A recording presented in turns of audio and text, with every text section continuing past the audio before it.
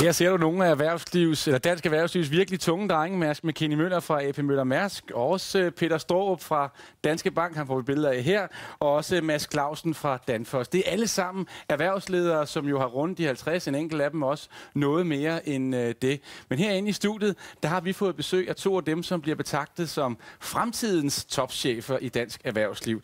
Det er Anita Ekhardt, velkommen, og så er det også dig, Hakim Dahl. I er jo to af dem, som er blevet udpeget. Det er Berlingskes nyhedsmagasin og et headhunterbureau, der har peget på 100 mennesker, og så har de snæret kredsen ind, så der var 7, der blev betegnet som det, de kaldte Rising Stars, og 2 af dem, det er jo så jer. Ja.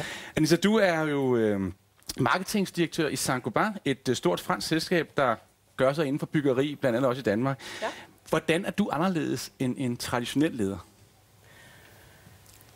Jamen, jeg er anderledes, eller jeg tror måske, der er flere i min generation, der er anderledes på den måde, at vi søger diversiteten, vi søger nyt input fra forskellige sider. Den seneste ansættelse, jeg har gjort for eksempel, en pige på 27 år, som har gået i tysk folkeskole i Danmark, fordi hendes forældre synes, der var mere kapav i det. De havde ikke nogen tysk baggrund. Hun har studeret på CBS, og det første, hun gjorde, det var at organisere, at hun kom til Korea på udveksling i et universitet, hvor man knap nok havde set hvide mennesker før. Da hun skrev sin afgangsopgave, var hun i Silicon Valley, hvor hun blev hængende i 2 år og arbejdede for opstartsvirksomheder. Sådan en pige, hun har ikke noget erfaring, men hun kan bringe rigtig meget input og frisk pust til vores virksomhed. Og det er jo bare et eksempel. Det er vigtigt. Diversiteten er vigtig. Er det også det, som du vægter, når du ser på, hvem du skulle ansætte? Vil du også ansætte en, som ikke har noget erfaring, men til gengæld havde rejst det halve af jorden rundt? Ja, helt sikkert. Altså, jeg synes, det man har prøvet nogle forskellige ting, og man har oplevet nogle forskellige ting, det er klart et plus. Det er ikke altid, at vi vægter det, at man har en lige linje i forhold til, at man for eksempel har en kan-værk-uddannelse eller noget andet. Det, der er vigtigt, det er selvfølgelig, at man har noget med i bagagen, som man kan bruge fremadrettet. Og man også er en fornuftig person, som man kan med, ikke kun rent fagligt, men også rent menneskeligt. Det synes jeg i hvert fald også er nogle ting, man skal lægge stor vægt på. Du sidder jo som økonomidirektør i De Gule Sider. De fleste vil jo blandt andet kende det på telefonbøgerne. Ja. Men du har jo også en indvandrerbaggrund. Skinner det igennem den måde, du leder på? Som udgangspunkt skinner det overhovedet ikke igennem den måde, jeg leder på. Jeg leder ligesom som alle andre. Det er jo ikke noget, jeg går sådan og tænker over i dagligdagen. Det eneste tidspunkt, jeg egentlig går og tænker over, det er, hvis der er nogle andre, der minder mig om det.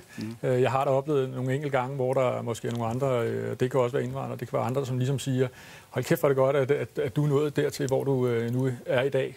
Det er virkelig flot gået. Jeg tror, nu stod vi lige og snakkede om det derude bagved, at det sådan har kvinder det måske lidt på samme måde, at man ligesom nogle gange bliver fremhævet, fordi man har en anderledes baggrund. Men altså i dagligdagen, så gør det jo ikke nogen stor forskel. Og Anita, du er jo kvinde, og det er jo ikke så mange topledere, der trods alt er. Hvordan kommer det til udtryk i dit lederskab, at du trods alt er kvinde? Jeg bryder mig faktisk ikke så meget om at sætte kvinder i boks, men der er selvfølgelig nok nogle forskelle mellem kvinder og mænd. Og kvinder kan måske godt være lidt blødere og søge lidt dybere ind i andre mennesker. Noget, som jeg prøver på at arbejde med, er for eksempel i en samtale, og så lytte til, når du fortæller mig noget. Hvad er det for nogle gange siger du nogle ord, som jeg kan se på dig, det rører dig dybere. Og hvis det er de ord, jeg spørger ind til, så får jeg meget mere viden og en meget mere interessant samtale ud af dig. Og det er måske noget af det i den retning, noget som kvinder kan bidrage med.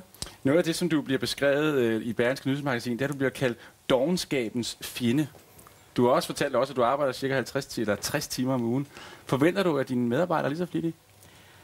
Jeg sætter ikke timeantal over for mine medarbejdere på, hvor meget de skal arbejde. Det styrer de fuldstændig selv. Men det er jo klart, at hvis man har ambitioner her i livet, man kan tage en nyudklækket kan-mærk, som starter som marketingkoordinator i en virksomhed og synes, det er fint at komme klokken 8 og gå klokken 4 hver eneste dag, uanset hvor meget tryk der er på. Og så kan man tage en anden med fuldstændig samme uddannelse, der starter hos en af de store konsulenthuse og arbejder 70 timer om ugen de første 5 år af sin erhvervskarriere. Og hvis så tager de 2 efter 5 år og kigger på deres kompetenceniveau, men så har den, der har givet den gas, nok tillært sig lidt mere. Så hvis man virkelig vil frem, jamen, så tror jeg også, man skal investere noget i hjerteblod. Men, tror du også det? Ja, det tror jeg, men altså, jeg tror, at som leder, så er det vigtigt, at man sætter nogle klare mål for sine medarbejdere, og også definerer opgaverne klart. Og det er den måde, som jeg godt kan lide at køre dagligdagen på. Og så egentlig selv lade dem udfylde de frie rammer, som jeg egentlig synes, jeg stiller til rådighed for mine medarbejdere. Og det synes jeg er ekstremt vigtigt, at man sørger for, at medarbejderne har så meget rum til at løse deres opgaver som overhovedet muligt. Og også, at man ligesom puffer lidt til dem, også for at få deres lidt kreative gen frem, så de også kan være med til selv at sætte præg på, hvordan skal opgaverne løses. Der er simpelthen ikke noget værre, end hvis andre folk kommer og fortæller en, hvordan man skal lave en opgave. Jeg kan faktisk selv huske det, dengang jeg selv var trainee, fik lagt 2 bunker. Du skal bare krydse den ene bunke af i forhold til den anden bunke. Men jeg fik aldrig nogensinde at vide, hvorfor jeg skulle lave den her opgave, eller hvad det egentlig gav af værdi. Og det synes jeg er ret vigtigt i dag, at man fortæller medarbejderen, hvad er det for et mål, vi skal arbejde hen imod, og så også samtidig give dem frie muligheder til ligesom at selv komme med idéer til, hvordan opgaven skal løses. For os er det jo vigtigst, at nu har vi Peter Straarup heroppe, men vi vil jo også skifte ham, og så kunne det blive til Barack Obama. Hvis det nu var Barack Obama, der kom på det op, er han så dit idol? Ja, altså han er jo en helt fantastisk leder. Altså, jeg synes, der er 2 ting, som er kendetegn, eller som jeg i hvert fald lige lægger mærke til. Og det ene, det er, at han er en fantastisk taler. Han er super god til at kommunikere til folk. Og det er også det, som vi som virksomhedsledere i dag skal være. Det betyder ekstremt meget, at vi kommunikerer klart og tydeligt. Og vi ligesom får vores medarbejdere med på de ting, som vi gerne vil, også i forhold til de mål, vi sætter op for dem. Så kommunikation er faktisk altafgørende i forhold til at nå nogle gode resultater. Og så er der jo selvfølgelig også det, at han har en helt anden baggrund end de tidligere præsidenter. Og det synes jeg jo også er ekstremt flot klaret, at han også ligesom er kommet frem på en toppost. Og hvis jeg smider Steve Jobs derop, så vil du synes, at han også er en markant ledertype? Jo, ja, det synes jeg, at han skaber nogle fantastiske resultater. Jeg tror, der er mange, der synes, han er en dygtig leder. Jeg synes, han har en svaghed, og den svaghed er, at han bygger ikke sin virksomhed op, så den kan køre uden ham. Det har vi jo set. Og der vil jeg nævne en anden leder, Tony Xi, som er administrerende direktør for verdens største online skobutik, Szabo.com. Jeg tror, at hans virksomhed kunne godt køre videre uden ham. Han skaber nogle værdier.